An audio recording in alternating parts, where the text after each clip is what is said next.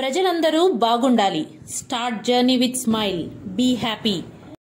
TDP MLA అభ్యర్థి లక్ష్మీ సాయి ప్రియ ఆధ్వర్యంలో వెంకటగిరి పట్టణంలోని 14వ వార్డులో ఏప్రిల్ 16వ తేదీ బాబు షూరిటీ భవిష్యత్ గ్యారంటీ కార్యక్రమాన్ని నిర్వహించారు. టీడీపీ పాలన రాగానే ప్రవేశపెట్టే పథకాల వివరాలను వివరిస్తూ టీడీపీ ఎమ్మెల్యే అభ్యర్థి లక్ష్మీ సాయి ప్రియ ముందుకు సాగారు.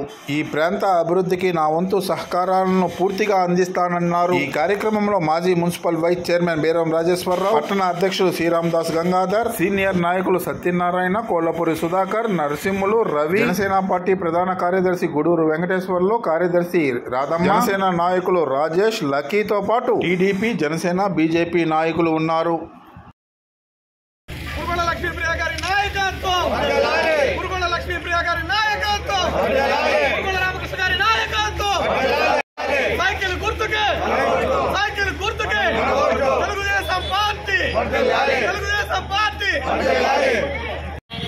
గవర్నమెంట్ హాస్పిటల్ అండి. అది మా నాన్నగారు అప్పటి నుంచి యాక్చువల్లీ 100 పడకల హాస్పిటల్ చేయాలని అండ్ డయాలసిస్ సెంటర్ పెట్టాలనుకుంటే అది ఖచ్చితంగా ఈ 5 years లేదు కాబట్టి ఇప్పుడు వచ్చే 5 years మేము ఉంటాం కాబట్టి అది ఖచ్చితంగా చేపిస్తాను.